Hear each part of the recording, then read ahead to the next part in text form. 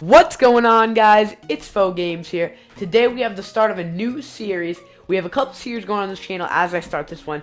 We got the Team of the Week, not Team of the Week, Plays of the Week, my bad.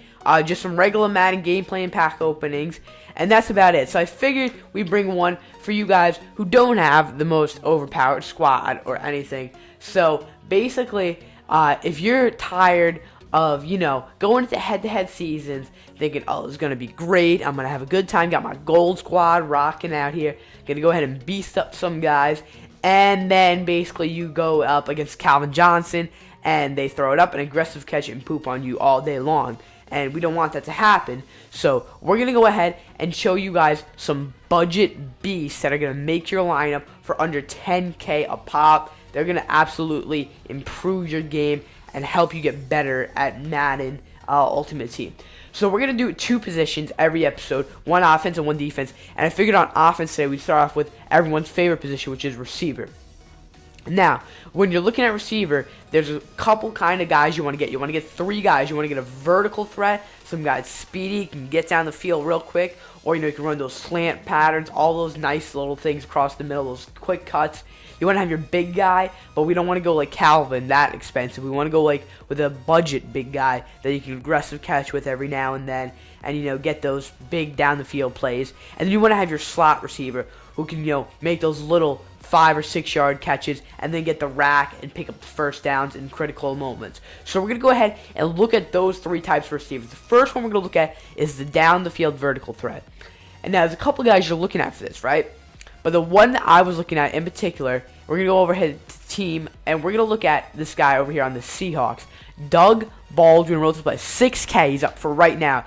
You can literally play 2 journey games, get a pack, sell whoever's in the pack, and get this guy. That's how friggin' easy it is to get this man. He's got 90 speed, 91 catch, only 80 release, but he's got 89 elusiveness, 91 spec catch, 93 catch in traffic, 91 route running, 92 jump. Speedy little guy. He'll get down the field. He could also play a little bit of slot. And I think he's a great receiver, and he'll be a great budget addition to any squad. And yeah, so we're going to go ahead and look at another down the field kind of guy. And this one is actually on the Broncos. It is the Football Outsiders, where it's the Emmanuel Sanders. This is a crazy card.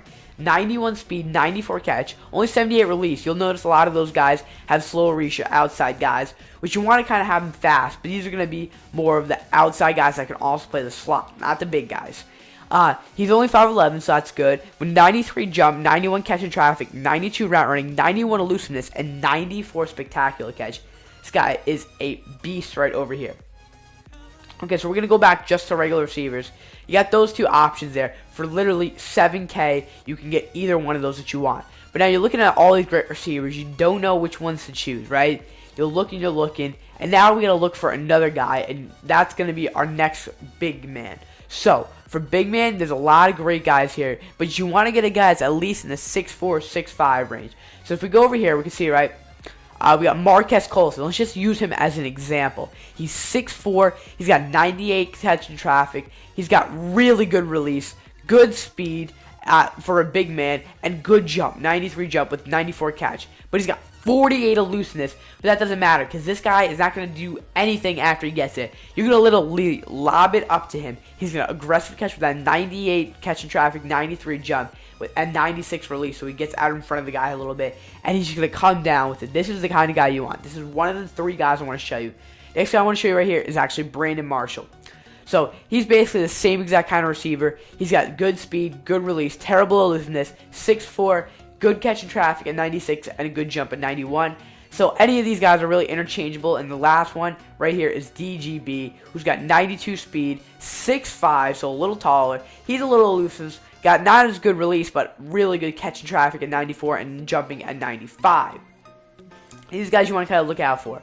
And lastly, if you're a little bit more up in the budget range, this Martavis Bryant is a beast at 6'4", 93 speed, 92 jumping, and 90 catch in traffic. And he's an all-around player. He can play the vertical even a little bit too, just not the slot. Now, when you're talking about slot, you want a quick, speedy guy that'll really get out there. So we're going to go ahead and look at this one man over here. Where is he? Let's go over here. Patriots. And here he is, Julian Edelman, 88 overall for 13K. This is a genuine slot receiver. decent speed, very good catching stats, little elusiveness, and great catch in traffic. That's what you want from your slot receivers. You want to have guys that have great catches in traffic. So you just got to think, who's a guy that in the real life NFL they go to on third down to stick it in there and hoping that he'll just come up with it and catch it? You got to think, you got to look. So we're looking right here, and I'll tell you one guy that I know is on the tip of my tongue. I don't quite see him up here, at least for that cheap, but it was actually Michael Floyd. So here we go. You can see he's got 94 catch in traffic, 97 spectacular catch. He's a rather tall guy, but he's the guy that you can see cutting across the middle for just 20K. I was expecting to see him for a little bit lower. But then there's the guys you want to avoid. Like, for example, over here, we're going to look at this Ted Ginn Jr. You're figuring, oh, he's cheap, he's an elite, why isn't he good? He does have 95 speed, which is very nice, but he's only got 88 catching. He's got really bad release and not that great catching stats with terrible route running. So this guy is really, he's not going to get too many catches. Although he's going to beat the cornerback down the field 9 times out of 10, they're going to catch up to him and swat it away from him. That's why you see him going for so cheap like he is right there. So there you go for the receivers. Now we're going to get into our defense position for this week. And guys, the defense position is, of course, cornerbacks. That's how you stop receivers, right? Let's go ahead and take a look at a couple cornerbacks real quick. Okay, guys, we are back here, and we have the 3 types of cornerbacks that you want to stop those 3 types of receivers. So we're going to deal with the big guy in the room first. And by big, I literally mean big. And that's when we're talking about tackling the big man on the field. How are you going to stop that 6'3", 6'4", 6'5" receiver from aggressive catching on your face all day? Well, the answer is simple, ladies and gentlemen. Sean Smith, a 14K card, 6'3", amazing press coverage with, oh, look at that, people are buying him to take advantage of my tips before I even release this video. But good coverage stats on the 90s, very good speed for a big man, not that great catching, but he's going to get up there and swat it down. Now, in order to stop the little slot receiver, you're going to want to get a guy like this, Ronald Darby, for just 13K. He has 94 speed, so fast, and really good man coverage. You're going to want to man the guy in the slot, because you're not going to let him get in the underneath around your linebackers. That's how they pick up those little drag routes where they go to the outside and get the first down.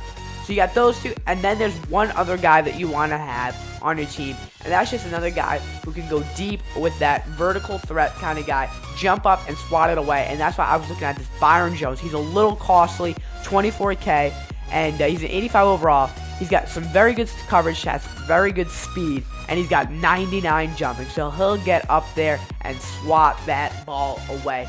But if he's a little bit out of your price range at 24K, there's another guy that I was looking at that is really good for you, and that's David Amerson for just 14K. He's 6'1", so not that tall, but he does have really good zone coverage, decent man, good speed, gets down the field quick, very nice catching, and you can see right over here, he has some very nice jumping at 92 as well, so he'll be able to stop that vertical threat. So leave in your comments down below what you want to see next, what positions on offense and defense, because I'm more than glad to help you guys out with this. So maybe one day, if you keep grinding like that, you'll eventually get a team like this 96 overall right here, beautiful team.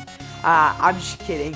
I'm not trying to make you guys go out and spend money on the game like that, but this is how you guys can get a great team without spending money. And let's just look at the solo challenge real quick, just really quickly. I was just doing some of these dual styles, right? And from doing this total, you get 1,250, 2,500, 3,750, and 5,000. That's over 10,000 right there. And that's basically enough to get one of those guys. So you do a couple of these, and you got yourself those entire guys I just showcased. So make sure to like and subscribe for more, and I will see you guys next time.